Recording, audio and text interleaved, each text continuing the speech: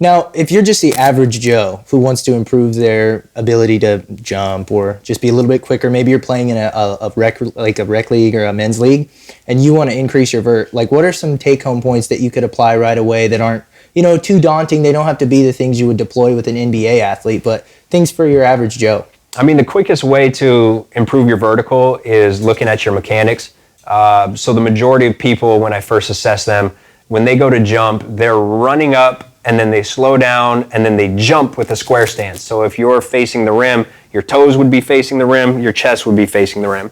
And what that does is you carry your momentum forward. Simply getting the correct turn stance is a game changer. So if you're planting with your right, you kind of pivot around that right foot and you jump from this turn stance where if the rim is here, my chest is to the right side of that rim. And so now we can actually decelerate that momentum and turn it into vertical velocity. So a lot of people, they'll jump 35 inches, well, high-level athletes, 35 inches from a standstill, but when they run, they also jump 35 inches or 36 inches. That difference should be at least 4 inches. Yeah. The elite jumpers can be up to 10-inch difference.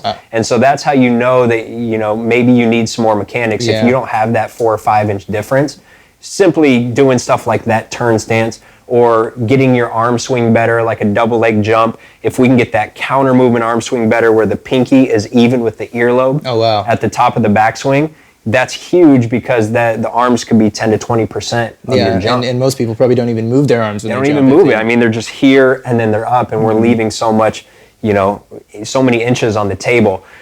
So basic things like that. Now, you hear that and then you go try it and it's a conscious, it's a shift. And so you're going to decrease your vertical up front, but a couple weeks later or a month later, if you rep this out every day, it's a really easy way to make improvements. Be a lot like adjusting your bar path on a bench press. You might obviously take a hit on your total right out of the gate, but it's going to give you the technique required to be able to push more weight in the long run. For sure. Makes sense. So talking about bench press and then going into squats, what's your thought on the quarter squat versus full squat in terms of maximum vertical jump? So it depends what you need. Early on, like with youth athletes, they just need some general hypertrophy. Early on, you're going to get good vertical jump gains by just getting the muscle bigger. The muscle gets bigger, the cross-sectional area gets bigger, more potential for force production. Right? At some point, that runs out where we keep getting bigger and we keep getting stronger in the weight room, but the performance doesn't increase. But while you can get increases from just getting stronger, let's do it. So early on, deep squats are better. Deep squats have been consistently shown in the research to improve hypertrophy more. So early on in the program for a kid or even for an NBA player, we're going to start with those deep squats. And then that next phase, maybe the next month you move to half squats. The next phase, the third month, we would move to quarter squats. The research does show that the quarter squat is going to improve the vertical jump the most. But like I said, it depends what you need. What is your limiting factor?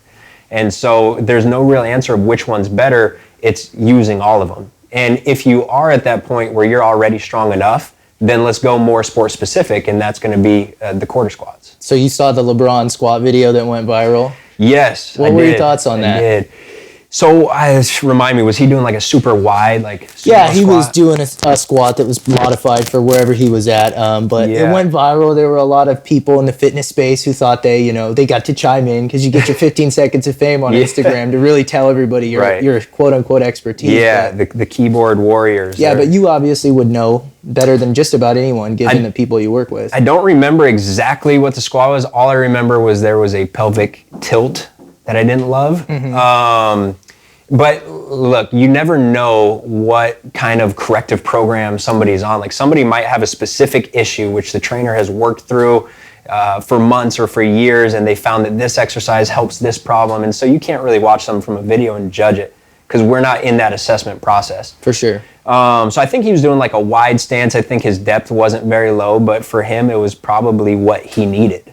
So it's really tough to judge. And then people see LeBron like kneeling on a stability ball, like throwing water bottles and doing crazy stuff, and they assume maybe I should do that. LeBron's the best player in the world. That's not a good exercise. That might just be good for what he specifically needs. And that's a big problem, is that people look at the high up players and they just want to mimic what they're doing. When really you should just be focusing on the basics and training according to your current level and build from there.